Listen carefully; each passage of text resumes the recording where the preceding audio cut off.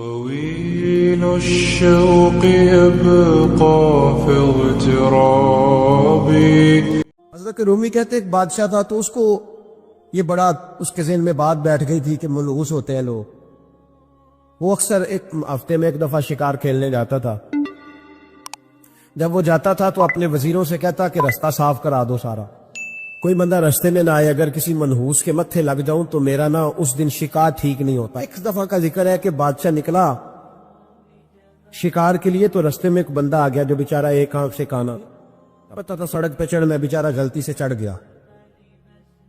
تھا بھی بندہ کانا, آنکھ سے نظر نہیں آتا تھا. بادشاہ کے رستے میں, اب بادشاہ کو بڑا غصہ, میرے رستے میں کیسے آ گیا, اب تیری شکل دیکھ لیا تو بندہ بھی منحوس قسم کا ہے, اب میرا شکار ٹھیک نہیں ہوگا. بادشاہ کہنے لگا اس طرح کرو, اس کو یہاں سڑک پہ باندھ دو. اس کو درخت کے ساتھ باندھ دیا, 2 سپاہی تلواریں دے کے کھڑے کر دیے, کہا میں واپس آتا ہوں, اگر تو میرا شکار ٹھیک ہوا تو یہ بچ جائے گا, اگر ٹھیک نہ ہوا اس کی خیر کوئی نہیں. ٹھیک ہے جی. بادشاہ شکار کھیلنے گیا. مزے کی بات کہ اس دن شکار بڑا ہی اچھا ہوا. وہ کہتا ہے زندگی میں کبھی اتنا شکار نہیں مارا جتنا آج مارا, بڑا زبردست رزلٹ اس دن نکلا. بادشاہ وہ جانور سارے باندھے, گھوڑوں پہ سوار کیے اور لے کے واپس آ رہا تھا. تو اب وہ بندہ بیچارہ صبح سے بھوکا پیاسا بندھا ہوا ہے, بچوں کی روزی کمانے نکلا, بادشاہ کے قابو آ گیا. وہ بندھا ہوا ہے, زبان باہر پیاس سے نکلی ہوئی ہے, بھوک ہے, تکلیف ہے, آزمائش ہے. کچھ لوگ تو ایسے ہوتے ہیں جو نا ظلم سہتے ہیں تو کہتے ہیں بس جان چھوٹ جائے, ہم کسی کو بتائیں گے نہیں. کچھ ایسے ہوتے ہیں جو کہتے ہیں ہم ظالم کا گریبان پکڑیں گے. وہ منافق ہے, یہ ظلم سہ کے چپ رہے.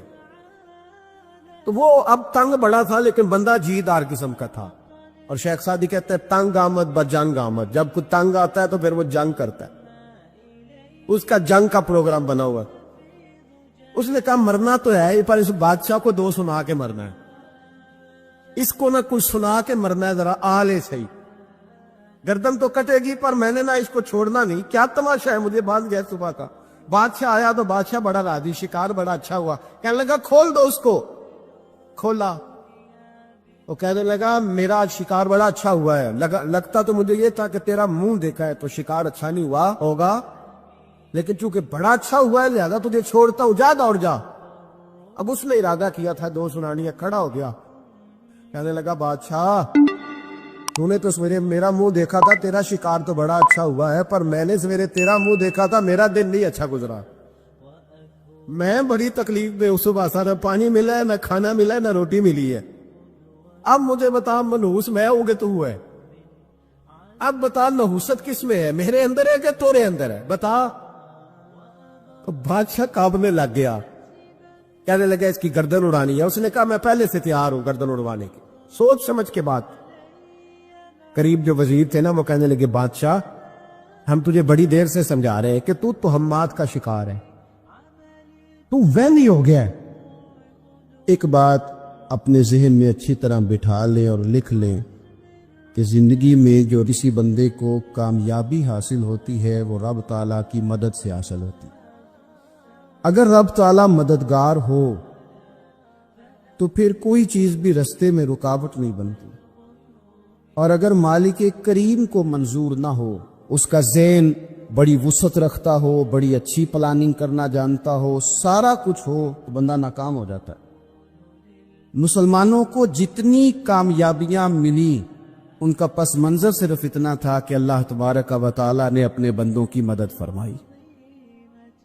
اور اب تعالیٰ نے قرآن مجید میں اس حقیقت کا بیان کیا, فرمایا بل اللہ مولاکم, فرمایا بلکہ اللہ تمہارا مولا ہے, وَهُوَ خَيْرُ النَّاصِرِينَ, اور وہ بہترین مددگار ہے.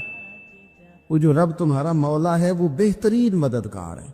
اور اگر وہ مدد کرے تمہاری, سورہ آل عمران میں آگے جا کے ارشاد فرمایا اگر اللہ مدد کرے تو پھر تم پر کوئی غالب نہیں آ سکتا, اور اگر وہ تمہاری مدد چھوڑ دے تو پھر کوئی تمہاری مدد کر سکتا, کوئی مدد نہیں کر سکتا. وہ چیزیں ایسی ہیں جن سے اللہ کی مدد آتی ہے, مدد ملتی ہے. ایک چیز ان میں سے ایسی ہے جس سے بہت مدد نازل ہوتی, وہ ہے کہ جب رب آپ کو دے نا تو پھر آپ بھی اس کے رستے میں دے.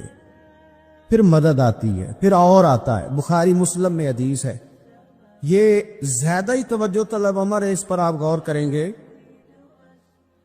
حضرت ابو ہریرہ فرماتے ہیں کہ نبی پاک علیہ السلام نے فرمایا ایک شخص نے بادلوں کے اندر سے آواز سنی کہ فلاں آدمی کا کھیت اور باغ خشک ہو گیا ہے، وہاں برسو اور اس کے کھیت کو سیراب کرو۔ وہ بڑا حیران ہوا کہ بادل سے آواز آ رہی۔ پھر اس نے دیکھا کہ ایک پہاڑی پر بارش ہوئی، وہ بادل وہاں برسا، پھر نالیوں سے ہوتا ہوا پانی ایک طرف چلا۔ تو جس نے آواز سنی تھی، حضور بیان کر رہے ہیں، وہ بھی پیچھے پیچھے چلا کہ پانی کدھر جا رہا ہے۔ اس نے جا کے دیکھا کہ ایک مقام پہ ایک باغ کو وہ پانی لگ رہا ہے اور ایک آدمی وہ پانی لگا رہا ہے۔ اس نے اس سے پوچھا تیرا نام کیا ہے؟ اس نے کہا کیوں؟ کہنے لگا بتا نا۔ اس نے نام بتایا تو کہنے لگا یہی تو وہ نام ہے جو میں نے بادلوں کے اندر سے سنا ہے کہ فلاں کے کھیت کو پانی دے دو۔ اس نے کہا یار تو کیا عمل کرتا ہے کہ اسپیشل تیرے لیے بارش برسے؟ یہ بخاری پڑھ رہا ہوں، سیاستہ سے حدیث عرض کر رہا ہوں۔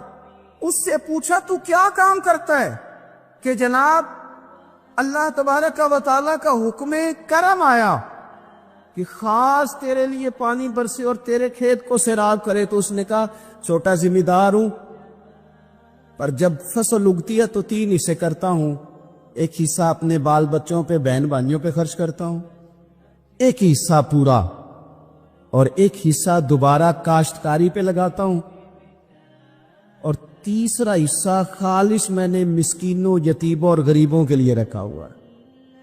وہ جو تیسرا حصہ اللہ کرے آپ سمجھیں،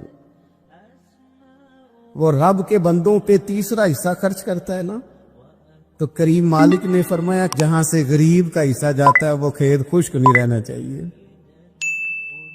وہ جہاں سے مسکین روٹی کھاتے ہیں وہ خشک نہ رہے، جہاں سے یتیموں کو کچھ آتا ہے کہیں اس کی فصل رہ نہ جائے۔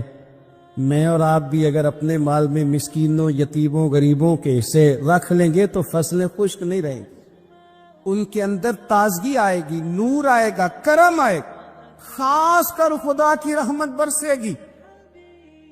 مدد اللہ سے چاہے، اپنی توجہات کا مرکز رب رسول کی ذات کو بنائے، پھر آپ محسوس کریں گے کہ بڑی جلدی اللہ تعالیٰ کی مدد آنے لگی ہے۔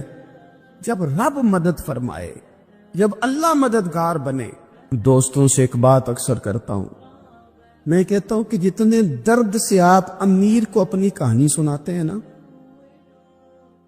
اور جس طرح آپ کے آنسو بات کرنے سے پہلے گر جاتے ہیں کہ غریب ہیں، بچیاں ہیں، کاروبار میں، او میرے سنگیو، طويل الشوق يبقى في اغترابي